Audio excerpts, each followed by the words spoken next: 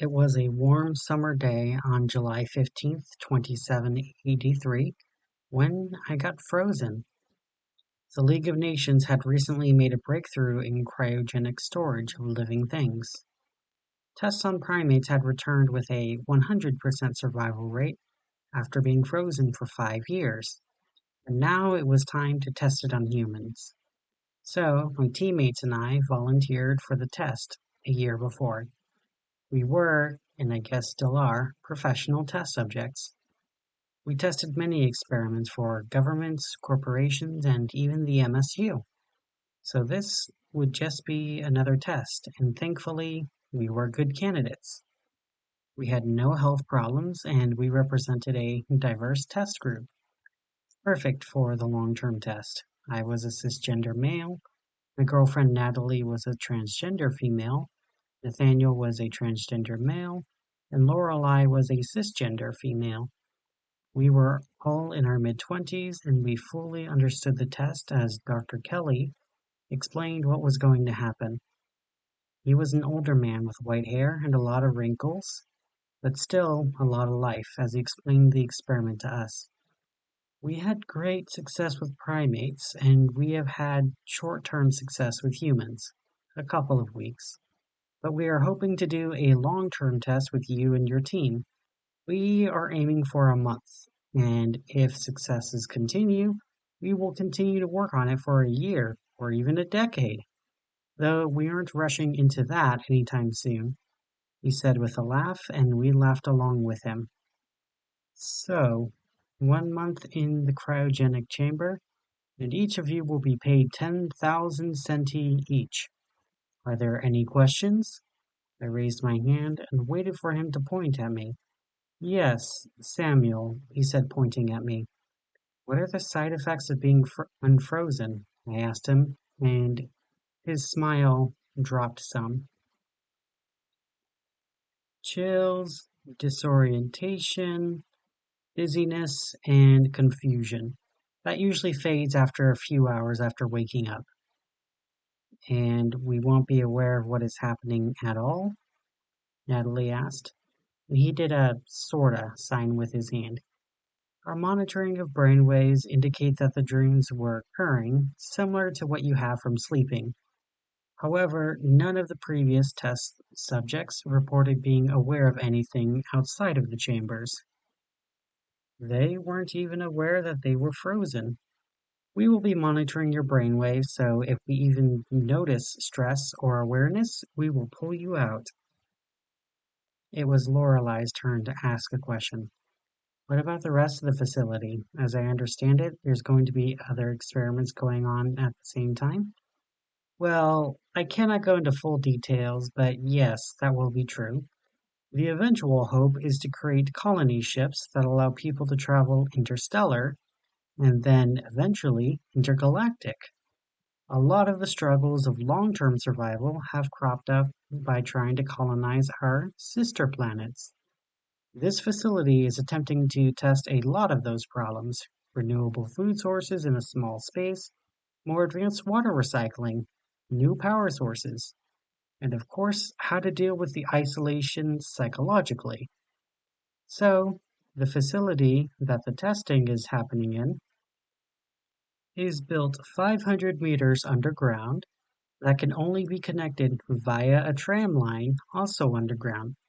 It is a very well kept secret and also very secure, so there should be no concerns. Are there any other questions?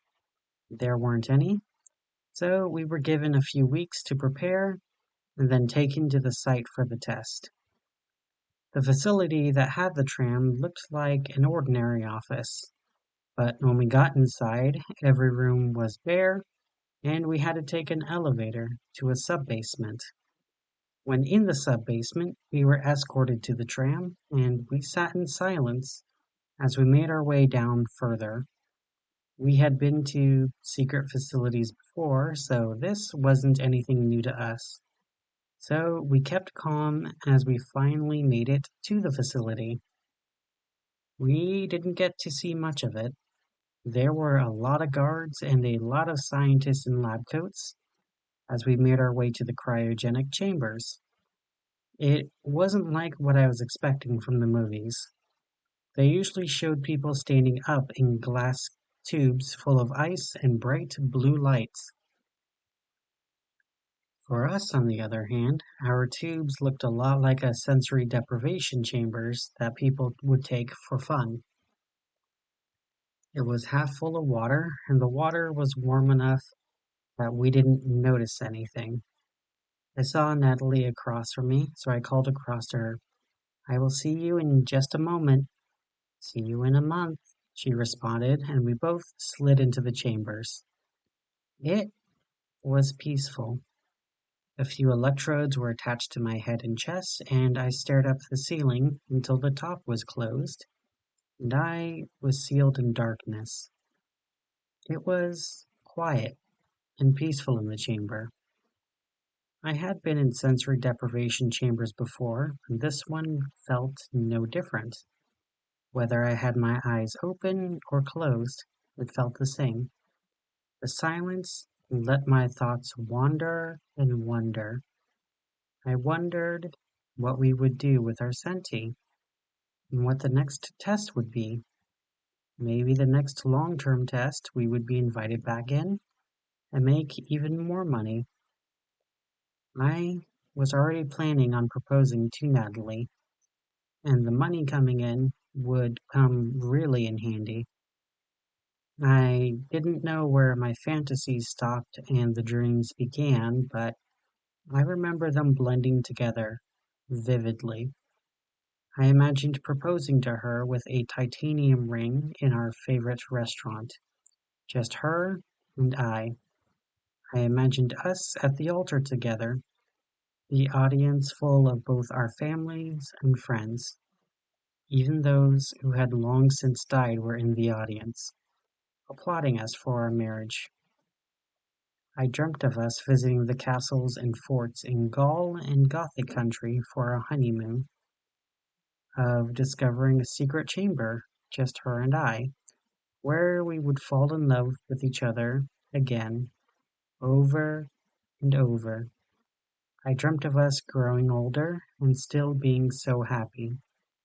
She would have a successful career making video games, and I would remain at home making sure it was perfect for her when she came home. A perfect life together. And as I dreamt it, more and more seemed to happen to us, time and time again.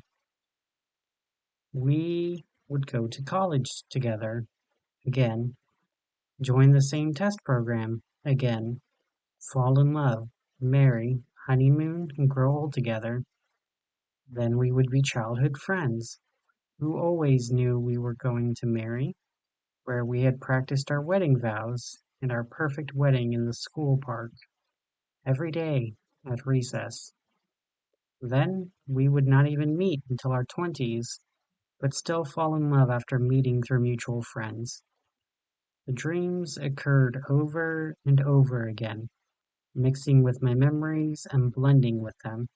So I wasn't sure what was a memory and what was a dream, at least while I was dreaming in Frozen. Even though I never became aware of the cold, I knew somewhere in my subconscious that I was frozen and that these dreams were all part of the experiment. Still, it was quite lovely. I got to fall in love with Natalie over and over again. Even if these memories were just dreams, it only meant that when we did wake up, I would make up for all the lost time. She must have been dreaming of me in her chamber, and that thought only warmed my frozen heart as I watched us fall in love yet again when the dreams started to change. It was a small change at first. I became really aware of my heartbeat in the dream. It was painful, but rarely happened. It felt like it was days apart, but still the painful palpitations were there. And then my fingers and toes were either numb or they were tingling. a constant sensation that never went away. It wasn't painful, but after so long it was unusual to feel again, especially in my dreams. But feelings spread across my entire body, and as my entire body began to feel warm again, and my heart stopped hurting, the dream began to fade. I became aware of the darkness and the feeling of the sensory deprivation chamber. As I woke up, I stared at the top of the chamber until it slid open, and I found myself staring at a flickering LED light in the ceiling. There was no doctor, and no one to get me out, it seemed. I tried to pull myself up, but my arms didn't want to cooperate. It was like my entire body was made out of an overcooked noodle. I just need to wait for the symptoms to pass, I told myself as I stared up at the light. I'm pretty sure I pissed myself in that water, but at that point, I didn't care. I let my body gradually get back to normal, and I pulled myself up, and I peered around the lab. The other chambers were still closed, and the lab was oddly dark. There were a few lights that were still on and flickering, but most of the LEDs were burned out. That was pretty strange. LED lights were supposed to last up to 100,000 years.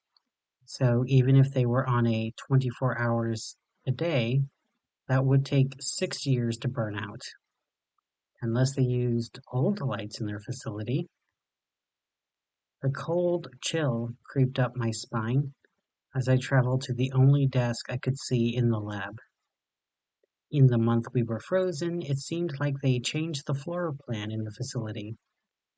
What was once a bustling room full of desks and computers now had most of the desks pushed aside, with a single computer left on one single desk with a screensaver on it. Since Dr. Kelly wasn't around to greet me, I figured it wouldn't hurt to take a peek at the computer. Maybe he set up an automated message or something. And even if he didn't, accessing someone's computer was definitely the quickest way to get them to come to me and maybe get some answers.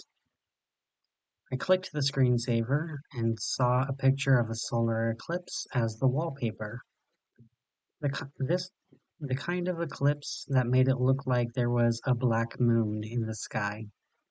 Still though, there was no auto video to play, but I did notice something very odd. In the bottom right of the screen was the time and date, like most computers, offered automatically.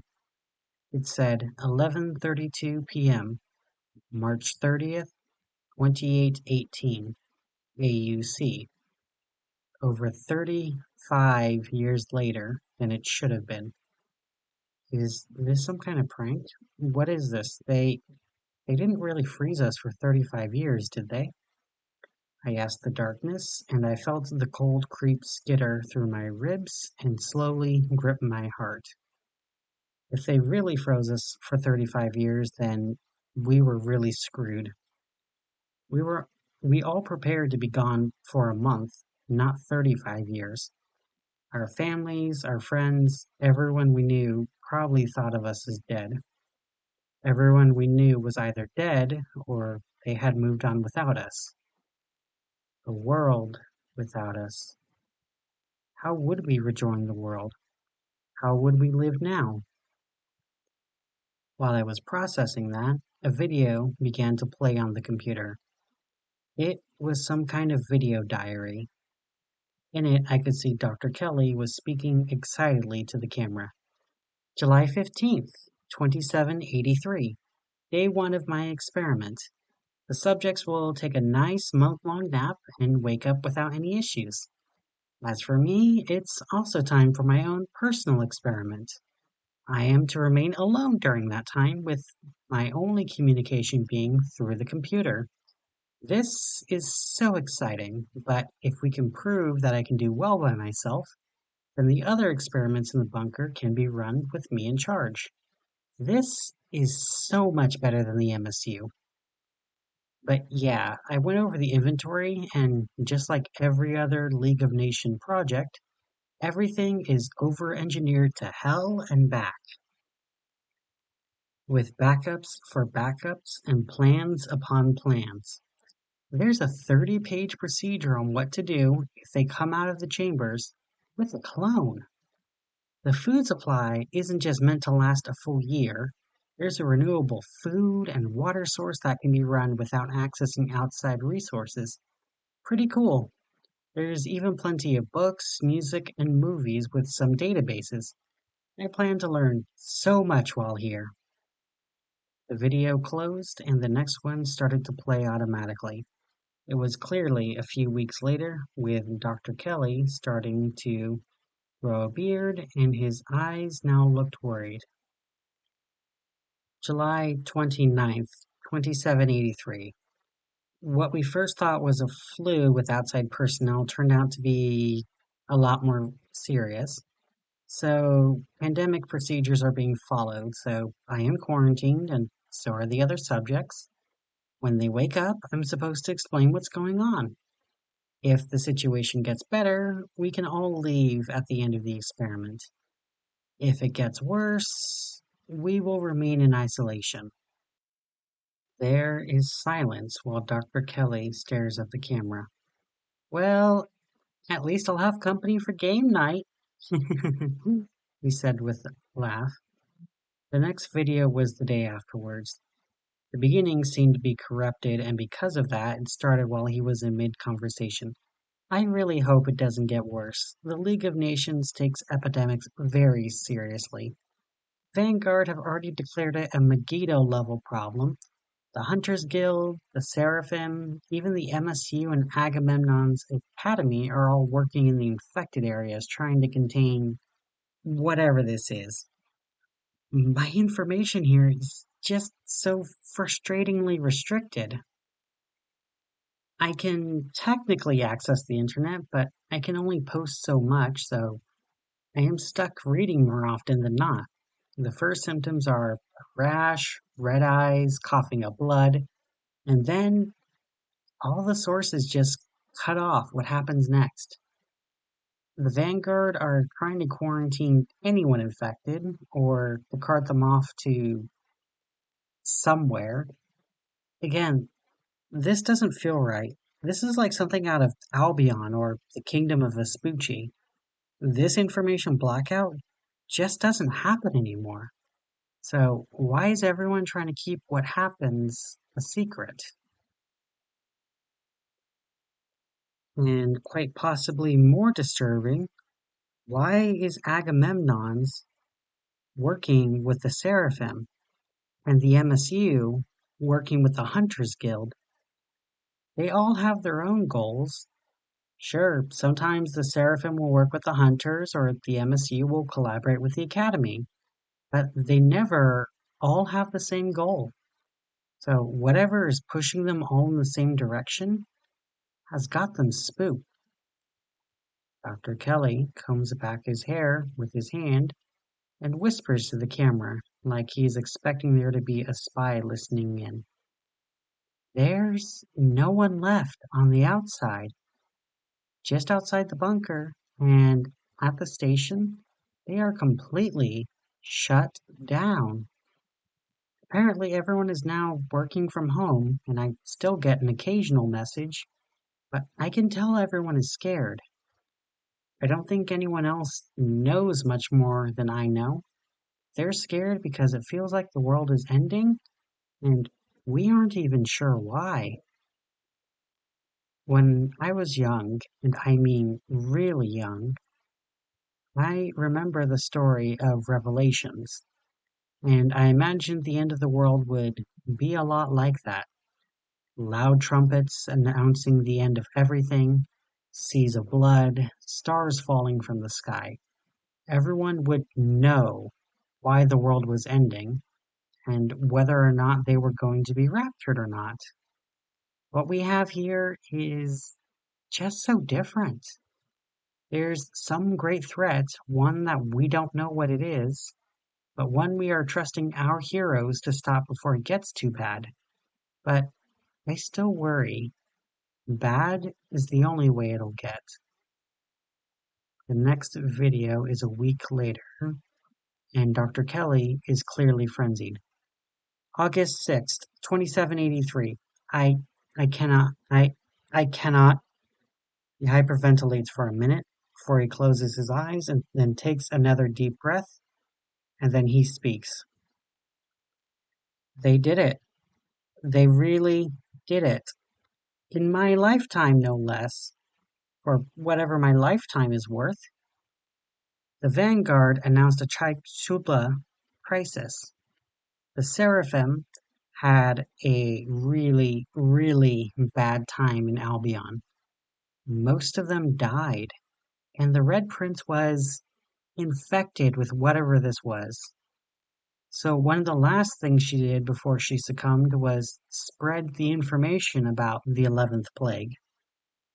Apparently, it's a virus that can infect any living cell, similar to Sandy syndrome, but on a much, much greater scale. Even bacteria, archaea, and individual eukaryotic cells can be infected. Infected cells will keep changing their shape and function to suit their purposes.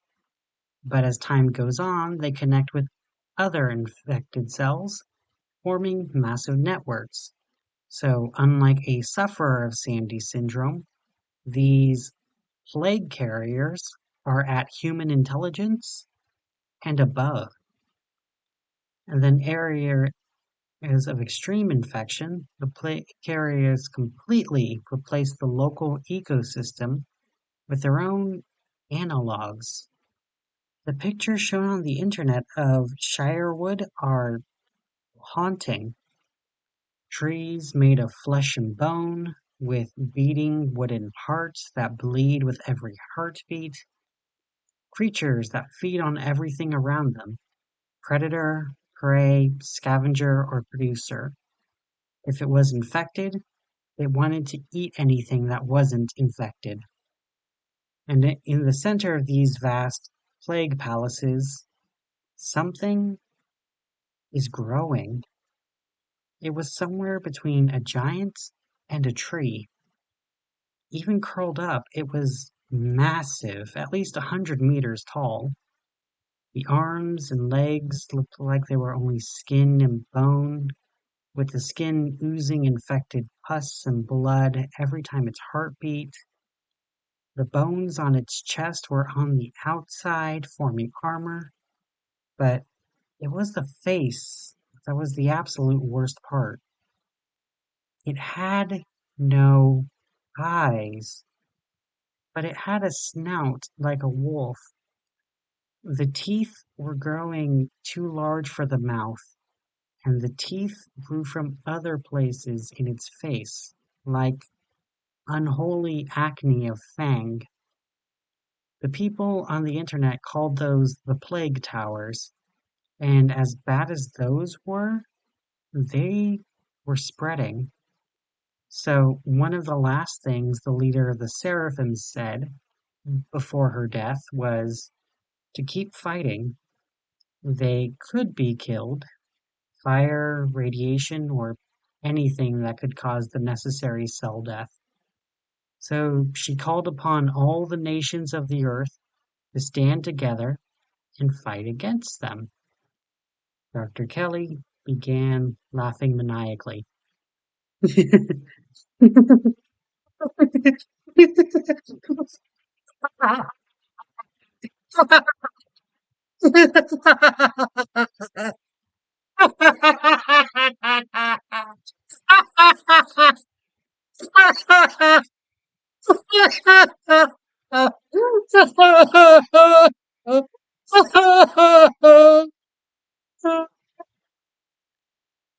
There were already over 1 billion dead people by now.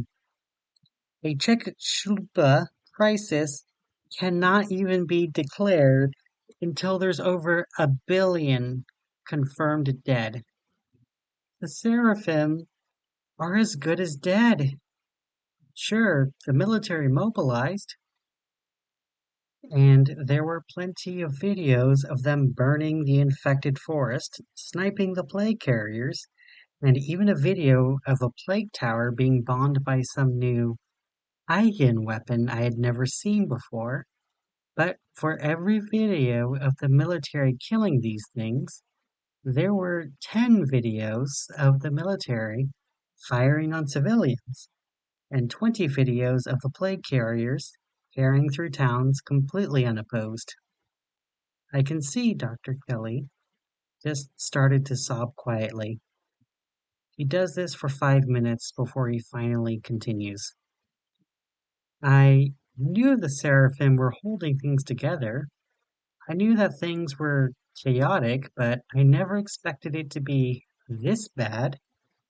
The absolute moment where humanity could stand together against an enemy, where our violence and our weapons could finally do some good for humanity, and instead we just tear ourselves apart even further. Our heroes died, and heroism died with them. The video goes dark, but the next video is 7 years after the date of the previous video. His beard is longer, and so is his hair. He doesn't look upset so much as he looks tired. His clothes are worn down, but not torn. He stares at the camera dejectedly before he sighs and he speaks. The 25th of December, 2790. Merry Christmas! I haven't made one of these in a long time. There was no point. The last words from my boss was to stay isolated and keep the subjects frozen. I'm sure he gave me a reason all those years ago, but I never bothered to write it down, and who can remember anything so stupid anymore? What have been up to for 7 years? Eating, reading, and screaming. There's not much else left to do in this fucking hellhole. I've read every book, watched every movie, and listened to every song so many times. The internet has less and less on it every day. Just about every website has a 404 error, except Tumblr, weirdly enough, though most of the posts are done by bots and a few other survivors who are pausing their apocalypse to post their latest shitpost or meme. Leave it to Tumblr to outlast the apocalypse. Good for them, but I didn't create a video diary just to talk about Tumblr. He takes a deep breath and lets it out. News reports have been very scarce lately. Over the last years, the only news was coming from the League of Nations or if a nation had an announcement. Over the past 3 weeks, only the 7 cities were still giving out announcements. Mostly about the newest evacuation point or how the last evacuation point collapsed. But today there was a new speaker, someone I had never seen before.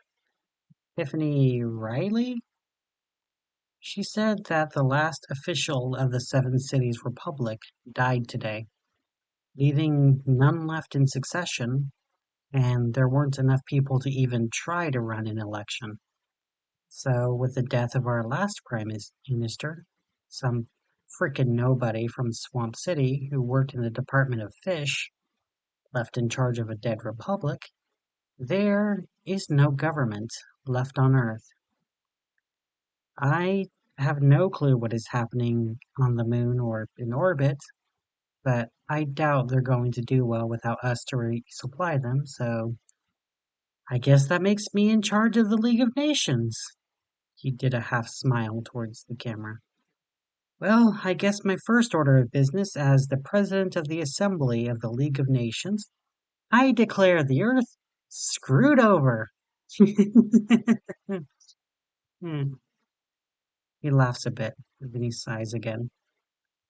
I I don't know why I leave them alive in those chambers. They're as good as dead, but I can't bring myself to kill them. But I also can't wake them up. The world is hell right now. It would be cruel to wake them into hell. If I could, I would put myself to sleep, but we only have these four chambers.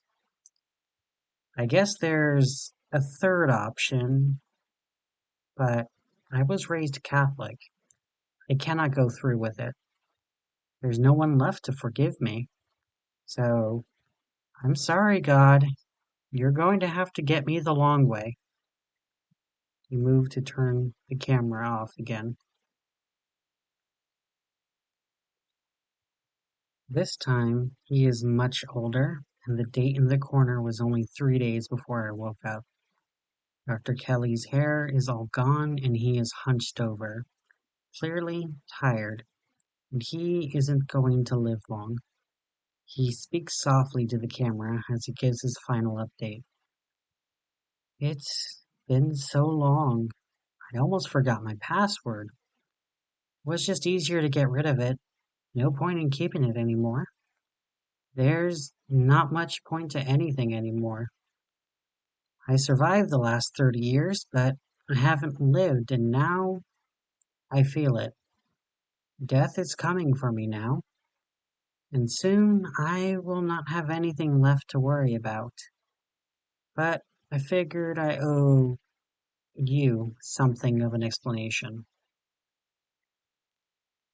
Samuel, the automated systems of this lab are going to wake you up 3 days after I die. I should be cremated peacefully by then by the same automated systems.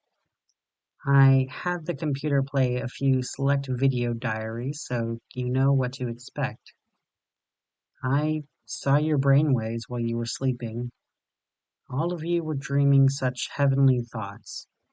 You were at peace and you were living life far more than I ever was. It was peaceful, but I cannot be the one to decide to keep you there or let you go. So I chose to wake you up. You will have to choose for yourself and your friends. The automated system will guide you through what you need to do to put yourself back to sleep or to wake up your friends. The cryogenic chambers can keep both you and your friends asleep for at least another 40,000 years, maybe even longer. If you choose to remain awake with your friends, then you can consume the renewable food sources from the greenhouse. It should sustain you all well past your lifespans. But I beg you all, do not go outside. There is no Earth anymore. It's a grave now. Nothing lives out there except the 11th plague. I got some information from Tiffany Riley before my civilian band radio broke. There is no escape in space either. Tycho City was destroyed by an Eigen weapon trying to stop the 11th plague from spreading.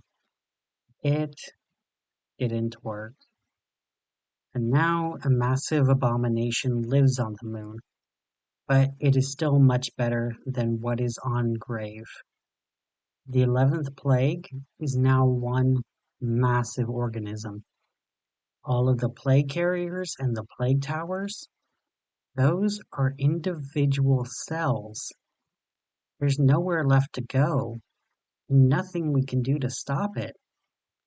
So, when I am put into internal rest, I am giving you that choice. Choose what you will, because when I go, you are the last of humanity. And no one man should ever speak for all of humanity, unless he is the last man. He coughs as he turns off the camera and I stare at the computer with my impossible choice. I heard about the 11th plague growing up, but I never thought it was a real thing.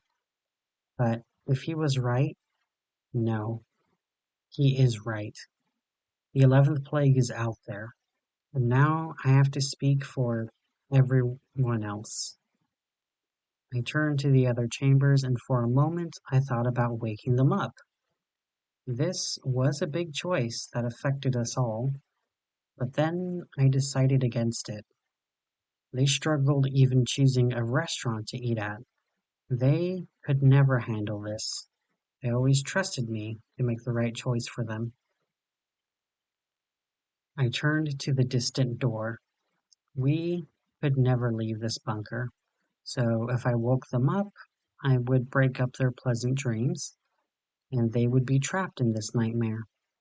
And even if I woke them up, wouldn't they just want to go back to dreaming? I know I certainly wanted to go back to dreaming. The world was bad before I went under, but I had hope of a better world. But now I knew a better world was impossible. There was only a nightmare or a fantasy. If I broke their fantasy with a nightmare, could they ever dream pleasantly again? I knew my choice at that moment. Life was, for all intents and purposes, over. At least going into cryogenic sleep, I can be safe and dream of being with Natalie again until I woke up again. Maybe in 40,000 years, the 11th plague would die out. Or maybe we would spend even more time in fantasy. That was a lie I told myself, that I would resolve the problem later. Something I always did before. I would just do this for now and fix it later, only to never fix it later. It was easier to be a test subject than to complete college. It was easier to keep being a test subject long after most of the other subjects my age retired or died. I don't even know why my friends kept doing it with me. Maybe they supported me? But now I had one chance to finally turn my entire life around and decide to fix the problem now. I turned around to the computer and began looking up how to refreeze myself. Within 15 minutes, I was back in the chamber. All of the chambers were now set with no wake-up date. They would simply function for as long as there was power and the chambers would function. I laid in the darkness, my heart slow, my breaths calm, my mind relaxed, and my guilt silent. I knew I made the right choice as I started drifting back into my fantasies and my dreams. I think this time around, I want Natalie and I to travel the world. In the silence of the bunker, a long time after Samuel froze himself again, there was a slight chipping sound.